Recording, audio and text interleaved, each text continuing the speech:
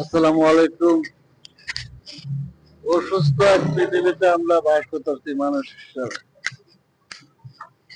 কে কার ক্ষতি করবে, কে কাকে ফাঁসাবে সেই নিয়ে ব্যস্ত মানুষ।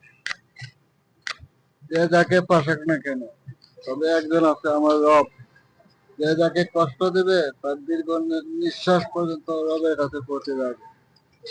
তাই বিদায় কাউকে আমরা কষ্ট না দিই। মানুষ তো মানুষ হিসাবে মানুষকে কষ্ট না দেয়।